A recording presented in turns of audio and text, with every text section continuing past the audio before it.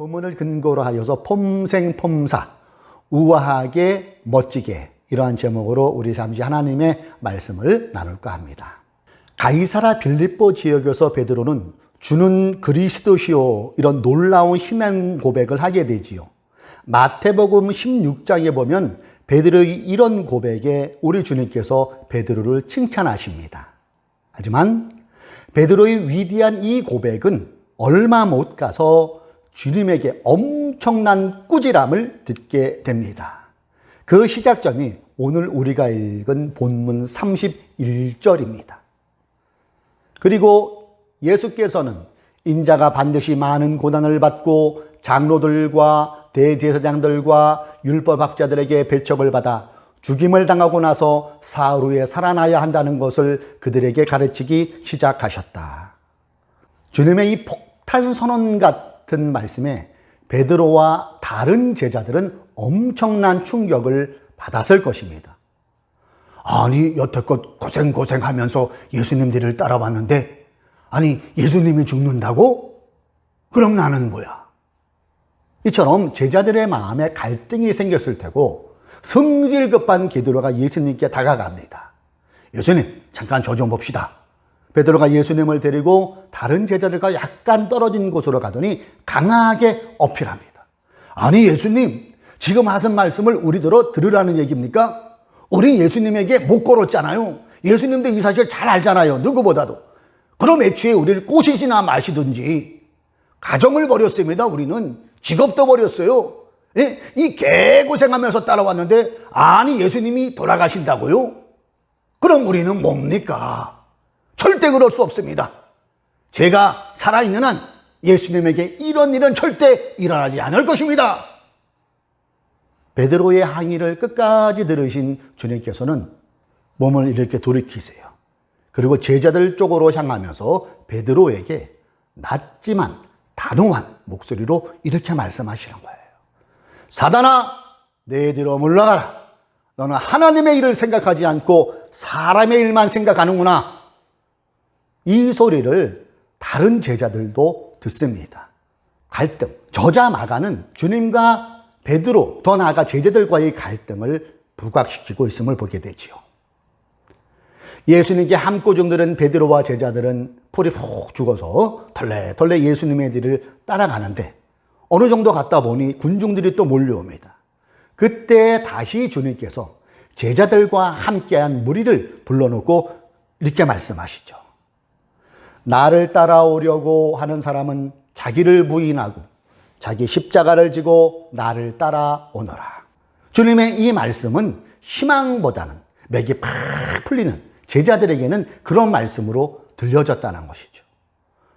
아니, 주님께서 이제 로마를 물리치고 왕의 자리에 앉으시면 우리도 큰 자리 하나씩 주실 줄 알았는데 그동안의 고생은 비교도 안 될 만큼 엄청난 엄청난 명예가 주어지는 게 이게 정상 아니야?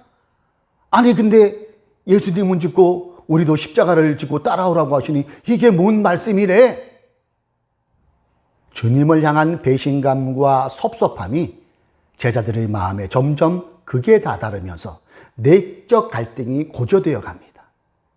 제자들의 어두운 표정에서 이러한 것을 감지한 주님께서 좀 더 설명하십니다. 그 내용이 35절이죠. 누구든지 제 목숨을 구하고자 하는 사람은 잃을 것이요 누구든지 나와 복음을 위하여 제 목숨을 잃는 사람은 구할 것이다. 여러분, 제자들의 표정이 어떠했을 것 같습니까? 제자들의 마음을, 이 주님의 말씀은 제자들의 마음을 두 번 죽이는 그런 말일 수도 있었다는 것이지요. 제자들이 절망적인 표정으로 주님을 이렇게 바라보니까 주님께서 또 말씀하시죠. 36절. 사람이 온 세상을 얻고도 제 목숨을 잃으면 무슨 이득이 있겠느냐. 37절. 사람이 제 목숨을 되찾는 대가로 무엇을 내놓겠느냐. 여러분, 왜 주님은 칭찬까지 해주셨던 베드로에게 사단아 물러가라고까지 하셨을까요? 그것은 베드로가 지금 사단의 입장을 대변하는 꼴이 된 거예요. 대변하는 역할을 하고 있기 때문이지요. 사탄이 인간에게 끊임없이 부추기는 세상의 가치를 제자 베드로가 예수님을 책망까지 하면서 들이댄 거예요. 그래서 주님께서 그 이면의 사탄을 보시고 사단아 물러가라고 하신 걸 겁니다.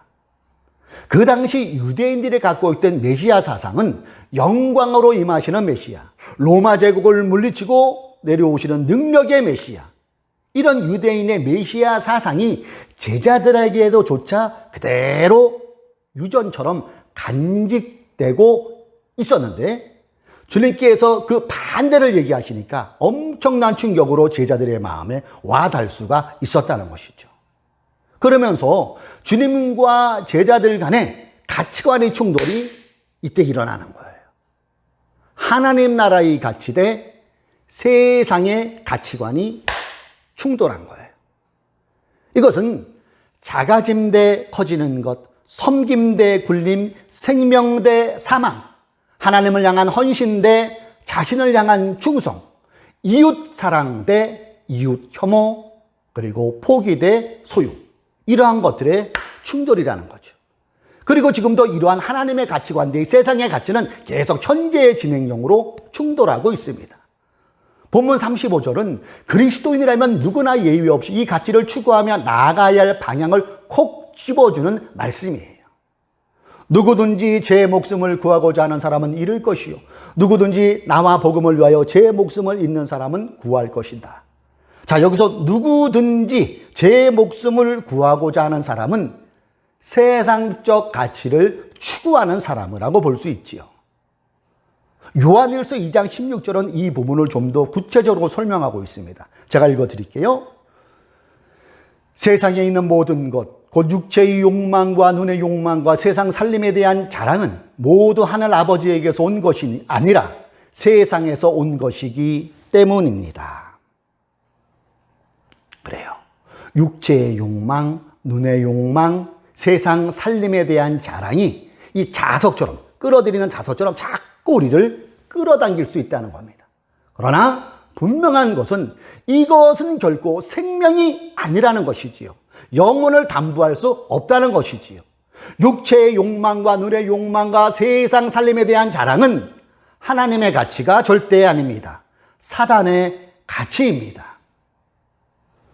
매일 저녁 한 10시 정도가 되면은 여러분 강릉 굿터미널에 가보면은 주차장 건널며 편의점이 있거든요. 그 부근에 보면 아주머님들이 지나가는 남자들을 이렇게 자꾸 이렇게 다가서서 호객행위를 하는 걸 보게 될 거예요. 10시쯤 가면은 저녁 10시부터.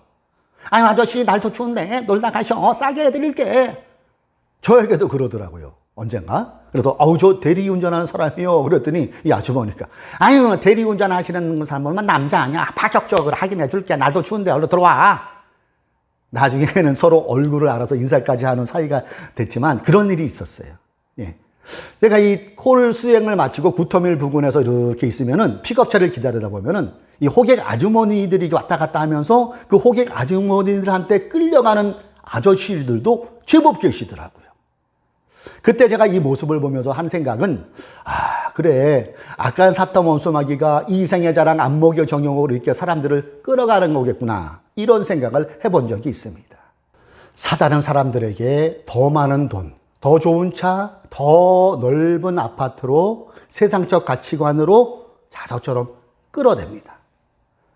예, 저 같은 목사들에게는 더 많은 신자, 더 큰 예배당, 더 많은 연봉, 더 좋은 섬김받음, 여기에 자꾸 끌려가다 보면 주님이 말씀하신 나와 복음을 위하여는 무늬만 남게 되고 세상의 가치에 그냥 오염된 채로 사역해버리는 꼴이 된다는 거예요. 오늘 주님께서 말씀하신 본문 34절, 나를 따라오려고 하는 사람은 자기를 부인하고 자기 십자가를 지고 나를 따라오노라는, 사실 힘듭니다. 힘이 들어요. 제자들도 힘이 들었겠지만은 우리는 더 힘이 들대도요. 물론 그러니까 제자들이 갈등을 한 게 당연하다고 볼 수도 있지요. 인간적인 눈으로 볼 때는. 그런데 이러했던 제자들이 예수님과 복음, 즉 하나님 나라의 가치관으로 방향을 본격적으로 확 틀어버린 사건이 벌어지고 말아요. 그게 그 유명한 오순절 성령 강림 사건입니다. 사도행전 2장 1절부터 4절은 이 부분을 이렇게 기록하고 있어요. 세 번역으로 제가 읽어드릴게요. 오순절이 되어서 그들은 모두 한 곳에 모여 있었다. 그때 갑자기 하늘에서 세찬 바람이 부는 듯한 소리가 나더니 그들이 앉아있는 온 집안을 가득 채웠다. 그리고 불길이 솟아오를 때 혓바닥처럼 갈라지는 것 같은 혀들이 그들에게 나타나더니 각 사람 위에 내려앉았다. 그들은 모두 성령으로 충만하게 되어서 성령이 시키는 대로 각각 방언으로 말하기 시작하였다. 자, 제자들은 주님께서 하늘로 승천하시면서 말씀하신 대로 한 곳에 모였어요. 떠나지 않고 열흘 동안 전심으로 기도를 합니다. 그리고 성령의 충만함을 받았습니다. 그때부터 그들은 주님이 오늘 본문에서 말씀하셨던 나를 부인하고 자기 십자가를 지고 살아갈 수 있었습니다. 세상의 가치관이 아니라 하나님의 가치관으로 살아갔다는 겁니다. 여러분, 우리도 예외가 아닙니다. 어느 누구도 인간의 힘으로 사단이 끌어대는 그 힘을 이겨낼 수 있는 사람은 아무도 없어요. 그 힘이 얼마나 막강하면 신앙의 본을 보여주어야 할 목사들까지 사단이 끌어대는 힘에 육체의 욕망에, 눈의 욕망에, 육체의 욕망에, 눈의 욕망에, 세상 살림에 대한 자랑에 퍽퍽 넘어지잖아요. 불륜으로 넘어지고, 요즘엔 이게 진화해서 그루밍 성폭행으로 타락되어지고, 교회 동성령하고 교회 세습이 이렇게 넘어지잖아요. 아니, 성령 운동을 한다는 분이, 언제나 성령 충만을 강조하는 분이 돈을 너무 좋아하는 거, 이거 우리는 어떻게 해석을 해야 될까요? 감투를 너무 좋아해요. 거기에다 은근히 이성까지 밝혀요. 목사들도 세상에 끌은 힘에 그냥 끌려간대도요. 그러면서 신자들을 속여요. 신자들의 가정을 파탄냅니다. 의외로 이런 분들이 많아요. 오죽 답답하면 제가 시작한 게 유튜브 속지 말자 TV겠습니까? 속지 말자 TV. 물론 이단에도 당하지 말아야 돼요. 이와 똑같이 이런 속임을 쓰는 목사들에게 신자들이 당하지 말아야 됩니다. 교우님들의 적극적인 구독과 홍보도 부탁드립니다. 자, 어쨌든 이걸 여러분 어떻게 해석해야 되냐고요. 이 시점에서 주님의 말씀을 기억해 봅니다. 누가복음 6장 44절의 말씀이에요. 그 열매도 나무는 각각 그 열매를 보면 안다. 가시나무에서 무화과를 거두어들이지 못하고 가시덤불에서 포도를 따지 못한다. 예, 그래요. 이런 부류의 목사들이 하는 성령운동은 곧 가짜라는 거예요. 그 열매를 보면 안다고 그러지나요.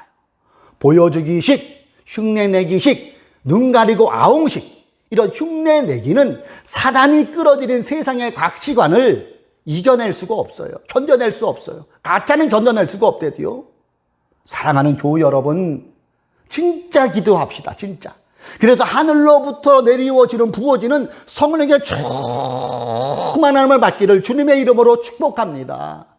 우리 힘으로는 절대로 세상적 가치관을 이겨낼 수가 없음을 인정해야 돼요. 오직 우리가 기도하고 기도함으로 성령의 충만함을 받을 때 하나님이 원하시는 그리스도의 가치관으로, 그 방향으로 삶의 걸음을 한 걸음 한 걸음 내디딜 수가 있다는 것입니다. 그래요? 우리 모두 성령의 충만함을 받아 그리스도인의 가치관을 품고, 그리스도의 가치관을 품고 살아갑시다. 이 길이 진짜 사는 길이고, 이 길만이 한 번뿐인 인생을 값지게 사랑하는 것임을 믿으시기를 주님의 이름으로 축복합니다. 우리가 성령으로 충만할 때 38절에 나오는 음란하고 죄가 많은 이 세대에서 세상의 가치관에 찌들지 않고 살아갈 수가 있는 것입니다. 주님께서 38절에 이 말씀을 제자들에게 여러 번 하실 때보다도 우리가 사는 세상은 더 음란해져 있음을 부인할 수 없잖아요. 더 많이 죄짓기 쉬운 사회적 구조가 이미 형성된 지 오래입니다. 제가 이 페이스북을 이렇게 하다 보면은 이렇게 아는 사람 이름으로 이렇게 친구 수락을 한 적이 있거든요. 근데 오는 거 보면은 웬 여자예요. 오빠 나 오늘 한가해. 뭐 그런 게 막 들어와요. 예. 내가 원하지도 않은데 이런 세상에 우리가 살고 있는 거잖아요. 이것도 만만치 않은데 요즘에 예수 믿는다고 하면 일단 경계하는 눈초리들이 점점 늘어나고 있는 것 같습니다.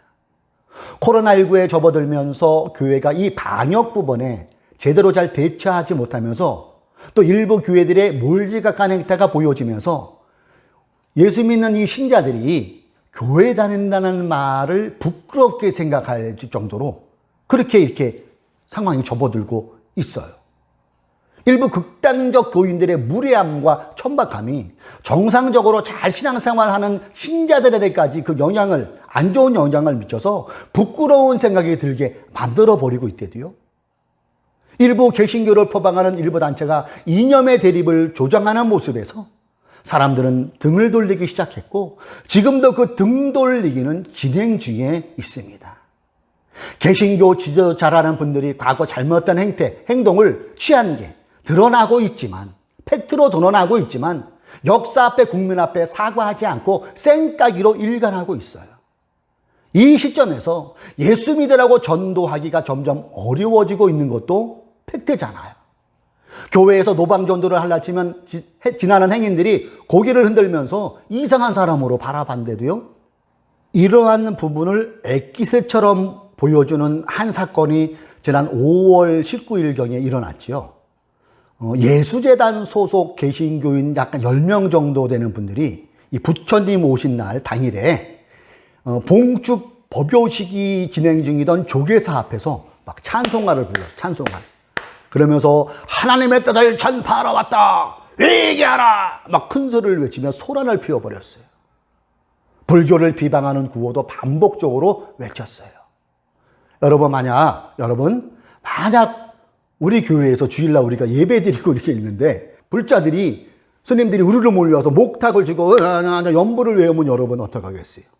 요번에 서리입사 받은 오집사 어떻게 대항할 거예요? 네. 여러분, 이분들이 조계사 앞에서 행한 것은 전도가 아니에요. 그냥 무례함입니다. 천박함의 극치를 보여주는 거잖아요. 왜 우리 예수 믿는 사람들이 무례하게 보이고 천박하게 보여야 합니까? 그들이 그렇게 주장하는 예수천당 불신지옥이라는 구호가 먹혀 들어갈까요? 예수라면, 교회라면 사람들이 고개를 절레절레하고 손살에 치는 사람들의 숫자만 더 늘려가는 행태가 아닐까요? 성령으로 충만한 사람은 예수 그리스도의 지정의로 충만한 사람입니다.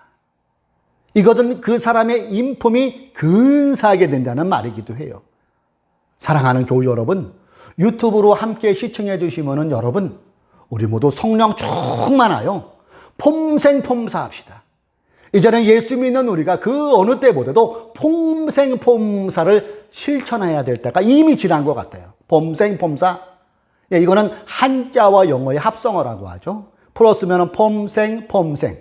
폼에 살고 폼에 죽는다는 뜻으로 어떠한 상황에서도 외모나 품위만을 중요시하는 성향이나 그런 인물을 설명하는 거지요. 다만 우리는 외모에만, 형식에만 신경 쓰는 그런 폼생폼사를 제가 여러분에게 말씀드리는 게 아니에요. 성령으로 충만한 일품을 우리 삶에서 향수처럼 내뿜는 일상을 살아가자는 것이죠. 성령으로 충만하여 일상에서 폼생폼사, 성령으로 충만하여 일상에서 우아하게 폼나게. 아멘. 네. 말을 폼나게 하고 행동도 폼나게 하고 무례하게 행동하지 않고 천박하게 굴지도 않고 산대를 존중해주는 예수 그리스도의 성품이 지정의의 인품으로 표현되는 것이죠. 그래서 예수 믿는다는 게 결코 부끄러운 게 아닌 오히려 자랑스러워지는 신앙인이 되어야 된다는 것입니다. 그래서 교회 다닌다고 하면 고개를 좌우로 흔들고 손살에 치던 그분들이 우리의 이러한 거룩한 폼생폼사를 보고 예수님께 나와 예수를 영접하고 구원받는 구원의 은혜가 임하여야 될 것을 간절히 소망해 봅니다. 우리 모두 언제나 어디서나 기도에 힘쓰시다. 그래서 날마다 성령으로 충만하여 세상의 가치관에 휩쓸리는 것이 아니라, 끌려다는 것이 아니라 예수 그리스도의 가치관을 마음에 품고 살아가므로 더 이상 부끄러운 신앙인의 모습이 아닌 자랑스럽게 예수 그리스도를 우리의 삶에서 증명해내는, 하나님께 인정받는 우리 모두가 되기를 주님의 이름으로 축복합니다. 우리 모두 거룩한 폼생폼사 신앙인이 됩시다. 아멘.